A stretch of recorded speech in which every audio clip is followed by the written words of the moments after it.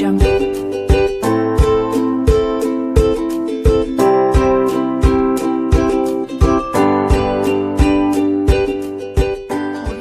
Hi friends, നമസ്കാരം. പുതിയ വീഡിയോയിലേക്ക് സ്വാഗതം. ഇന്നത്തെ വീഡിയോയിൽ ഞാൻ നിങ്ങളുമായി ഷെയർ ചെയ്യാൻ ആഗ്രഹിക്കുന്ന വിഷയം ബ്രോയിലർ കാടകളെ എങ്ങനെ വളർത്താം എന്നതിനെ പറ്റിയാണ്. നിങ്ങളെല്ലാവരും എൻ്റെ വീഡിയോകൾ കാണുന്നുണ്ട് എന്നറിഞ്ഞതിൽ വളരെ സന്തോഷം. നിങ്ങളുടെ വിലപ്പെട്ട നിർദ്ദേശങ്ങളും അഭിപ്രായങ്ങളും കമന്റുകളായി എന്നെ അറിയിക്കാവുന്നതാണ്. അപ്പോൾ നമുക്ക് വീഡിയോയിലേക്ക് കടക്കാം. ബ്രോയിലർ കാടകളെ പറ്റിയാണ് ഇന്നത്തെ വീഡിയോ. ഇറച്ചിയുടെ ആവശ്യത്തിലേക്കായി വളർത്തുന്ന പ്രത്യേകമായി ഉരുത്തിരിച്ചെടുത്തിരിക്കുന്ന ഒരു കാടയാണ് ബ്രോയിലർ കാട.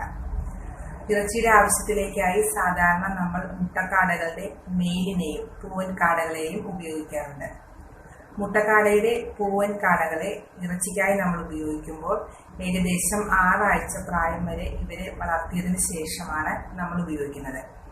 അപ്പോൾ ഈ 6 ആഴ്ചക്കാലം വരെ ഇവരെ വളർത്തുമ്പോഴേക്കും ഏകദേശം ഇവരുടെ തൂക്കം വെയിറ്റ് വരുന്നത് 130 മുതൽ 140 ഗ്രാം വരെയാണ് ഒരു മുട്ടക്കാടയുടെ പൂവന്, അതായത് മെയിൽ കാടകൾക്ക് കിട്ടുന്നത്. എന്നാൽ ബ്രോയിലർ കാടകൾ ഏകദേശം 6 ആഴ്ച കൊണ്ട് 200 മുതൽ 220 ഗ്രാം വരെ തൂക്കം നമുക്ക് ലഭിക്കാറുണ്ട്. അപ്പോൾ നമുക്ക് ബ്രോയിലർ കാടകളെ അപേക്ഷിച്ച് മുട്ടക്കാടകളുടെ മെയിലിന് വെയിറ്റ് കുറവായിരിക്കും.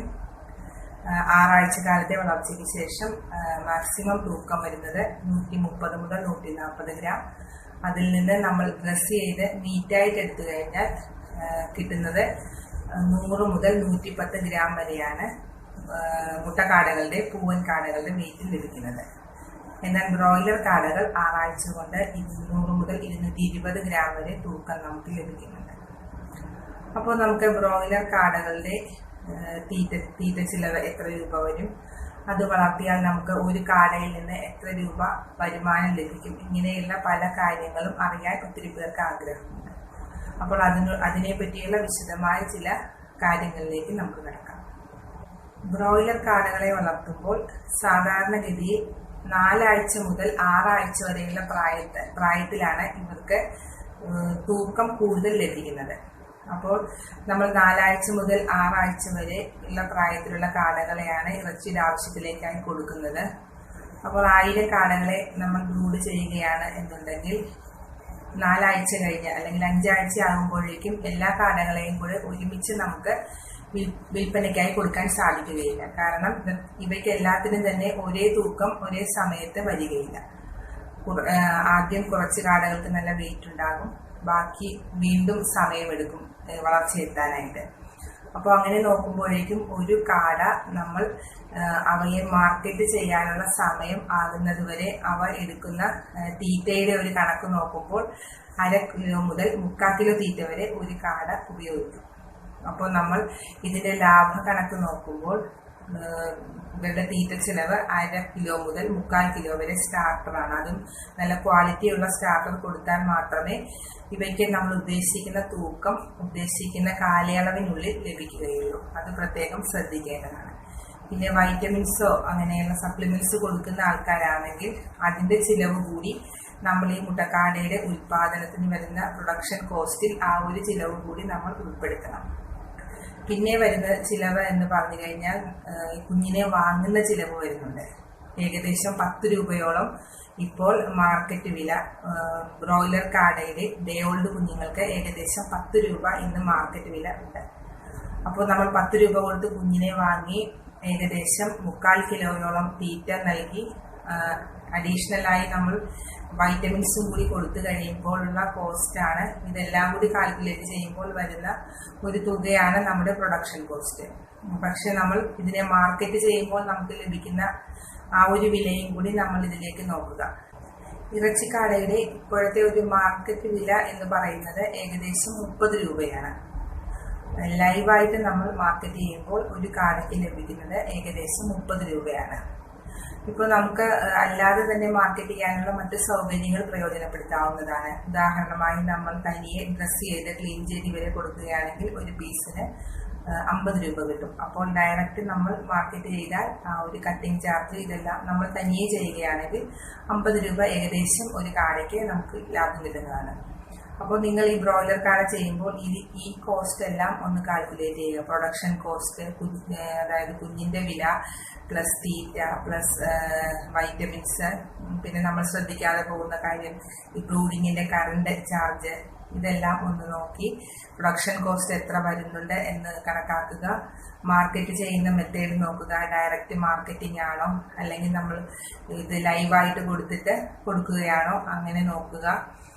ഇതെല്ലാം നോക്കി ഏകദേശം എൻ്റെ ഒരു കണക്കിൽ ഒരു 5 രൂപ മുതൽ 7 രൂപയാണ് ഒരു ബ്രോയിലർ കാടയെ ചെയ്ത് കഴിഞ്ഞാൽ നമുക്കതിൽ നിന്ന് ലാഭം കിട്ടുന്നത്.